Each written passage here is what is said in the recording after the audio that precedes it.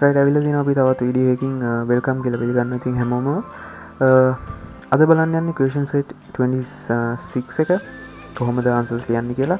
ඉතින් මේ question set 26 එකත් කලින් questions වල වගේම අපේ කලින් database එකටම ඒ සම්බන්ධ scenario එකටම සම්බන්ධව තමයි කියන්නේ. right අපි වැඩි කතා නැතුව ඉතින් යන් first question එකට. right මෙතනදී කියන find the sum of the marks obtained by Amanda Moses in all the subject of the first term එකේ සියලුම subject වලට මේ Amanda Moses කියන ස්ටුඩන්ට් ගත්ත marks වල එකතුව තමයි අපිට හොයන්න කියන්නේ. sum එක තමයි හොයන්න කියන්නේ. right එතකොට මම මේ විදිහට මගේ software එක open කරගෙන query එක මේ විදිහට ලියා ගන්නවා. right එතකොට මම මෙතන කියලා දෙනවා විශේෂ keyword එකක් තියෙනවා sum කියලා. select sum mark මේ mark කියන column එකෙන් sum එකක් ගන්න කියනවා. කියන්නේ එකතුවක් ගන්න කියලා දෙනවා.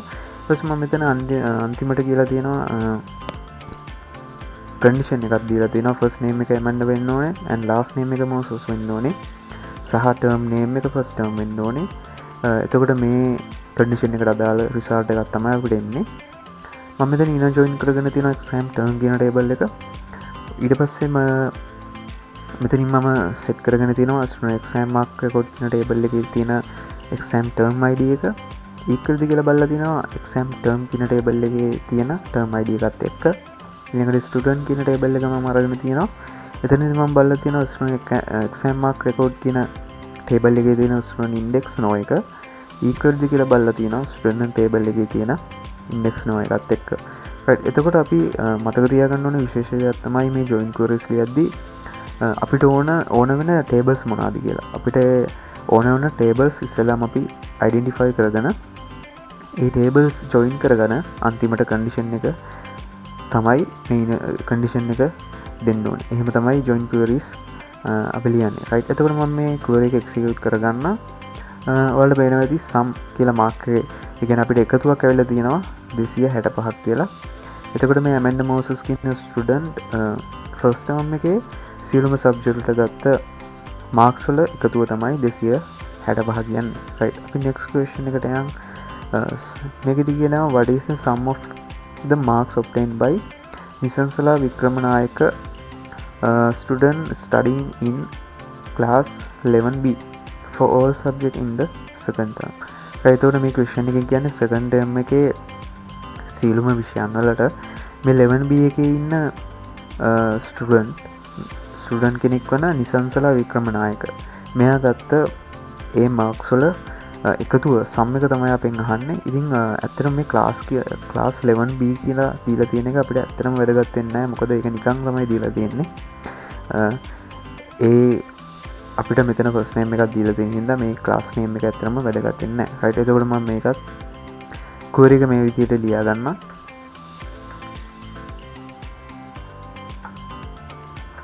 right එතකොට මම මෙතනින් අරන් තිනවා කලින් වගේම sum mark කියලා අපිට එකතුවක් ඕන හින්දා මම අන්තිමට condition එකක් දීලා තියෙනවා first name එක නිසංසලා වෙන්න ඕනේ and last name එක වික්‍රමනායක වෙන්න ඕනේ.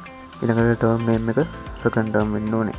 right එතකොට මම මෙතනින් join කරගෙන තියෙන tables සම student සහ exam term කියන tables එක මෙතනදී මම බලලා තියෙනවා index no එක student index no එක equal ද කියලා student table එකේ තියෙන index no එකත් එක්ක. ඊට පස්සේ මම මෙතනදී කලින් වගේම exam term එක බලාගෙන set කරගෙන ඒ table එක set කරගෙන එතනදී බලලා තියෙනවා student exam mark record කියන table එකේ තියෙන exam term id එක equal වෙනවද කියලා exam term table එකේ තියෙන term id එකත් එක්ක. right එතකොට මම මේක execute කරගත්තොත් ඔයාලා පේනවා ඇති 248.56ක් කියලා ආවා. right එතකොට මේ ස්ටුඩන්ට් නිසංසලා වික්‍රමනායක කියන ස්ටුඩන්ට් ගත්ත second term එකේ සියලුම subject වලට ගත්ත marks වල එකතුව තමයි 248.56 කියන්නේ. right එතකොට අපි third question එකට යන්.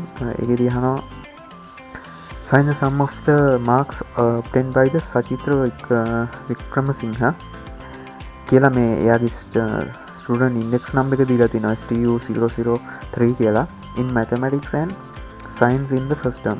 first term එකේ mathematics කියන subject එකට සහ science කියන subject එකට මේ සචිත්‍ර වික්‍රමසිංහ කියන student ගත්ත මාක්ස් වල සම් එක තමයි එතනදිත් අපෙන් අහන්නේ. එතකොට මෙතන විශේෂයක් තියෙනවා ඉන්ඩෙක්ස් නෝ එක අපිට දීලා තියෙනවා. රයිට් ඒකෙන් අපිට පුළුවන් මේ ක්වෙස්චන් එකට ආන්සර්ස් අපිට කෝර එක ලියා ගන්න පුළුවන්. රයිට් එතකොට මම කෝර එක මේ විදිහට ලියා ගන්නවා.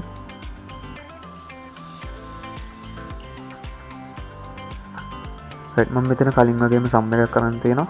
අපිට එකතුවක් ඕන හින්දා ඊට පස්සේ මම මෙතනදී ඔයාලා පේනවා ඇති විශේෂ දෙයක් වෙලා තියෙනවා. මේ කන්ඩිෂන් එක ඇතුලේ where කියලා දාලා බ්‍රැකට්ස් දාලා ඒක ඇතුලේ මම දීලා තියෙනවා සබ්ජෙක්ට් නේම් එක මැතමැටික්ස් වෙන්න ඕනේ. O කියලා දාලා දීලා තියෙනවා සබ්ජෙක්ට් නේම් එක සයන්ස් වෙන්න ඕනේ කියලා. රයිට් එතකොට අපි එකම කොලම් එකෙන් ඩීටේල්ස් ගන්නවා නම් එතකොට මේ මැතමැටික්ස් සහ සයන්ස් කියන එක තියෙන්නේ මේ සබ්ජෙක්ට් නේම් කියන එකම කොලම් එක ඇතුලේ. ඉතින් අපිට එකම කොලම් එකෙන් කන්ඩිෂන් දෙකක් ඕන වෙනවා නම් රිසල්ට් දෙකක් ඕන වෙනවා නම් අපි මේ විදිහට බ්‍රැකට්ස් දාලා මෙතන ඔය එකක් දාලා මේ විදිහට තමයි ලියාගන්නේ. ඊට පස්සේ මම end එකක් දාලා පරණ විදිහටම කන්ඩිෂන්ස් එක දීලා දෙනවා. ටර්ම් නේම් එක ෆස්ට් ටර්ම් වෙන්න ඕනේ සහ ස්ටුඩන්ට් ඉන්ඩෙක්ස් නෝ එක STU003 වෙන්න ඕනේ කියලා අප්ඩේෂන් එක දීලා තිබ්බ විදිහට මෙතන මම දාගෙන තියෙනවා. ඊට මම ඉන ජොයින් කරගෙන තියෙනවා සබ්ජෙක්ට් කියන ටේබල් එක සහ එක්සෑම් ටර්ම් කියන ටේබල් එක. රයිට් එතකොට මම මෙතන මේක එක්සිකියුට් කරගත්තොත් ඔයාලට පේනවා ඇති 101.74 කියලා අපිට එකතුවක් ආවා. රයිට් එතකොට අපි ක්වෙස්චන් එකට ගියොත් රයිට් එතකොට මේ සජිත්‍ර වික්‍රමසිංහ කියන ස්ටුඩන්ට් මැතමැටික්ස් වලට සහ සයන්ස් වලට ෆස්ට් ටර්ම් එකේ ගත්ත මාක්ස් වල එකතුව තමයි මෙතන ඇවිල්ලා තියෙන්නේ. රයිට් අපි ලාස්ට් ක්වෙස්චන් එකට යන් ෆෝර්ත් ක්වෙස්චන් එක. රයිට් එතකොට මේකෙදී අහන්නේ find the sum of the marks obtained by all the students of class 11B in the subject of mathematics in the second term examination. second term examination එකේ mathematics වලට මේ 11B කියන class එකේ students ලා ගත්ත marks වල sum එක තමයි අපෙන් අහන්නේ. right එතකොට මම මේ විදිහට ඒ කෝර එකක් ලියා ගන්න. right එතකොට මෙතනදී පේනවා ඇති ඔයාලට මම කලින් වගේම sum එක දාලා තිනවා අපිට එකතුවක් ඕන නිසා. ඊට පස්සේ මම මෙතන බෑ කියලා දාලා class name එක 11B වෙන්න ඕනි කියලා තියෙනවා. subject name එක mathematics වෙන්න ඕනේ සහ term name එක second term වෙන්න ඕනි කියලා දාගෙන තියෙනවා.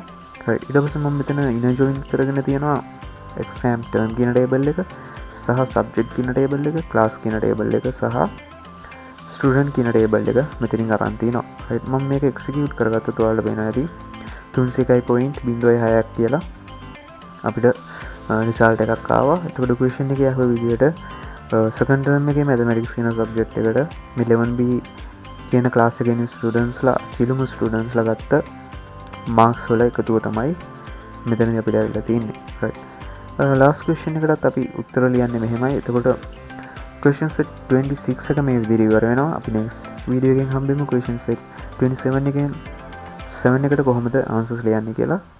right හැමෝටම thank you.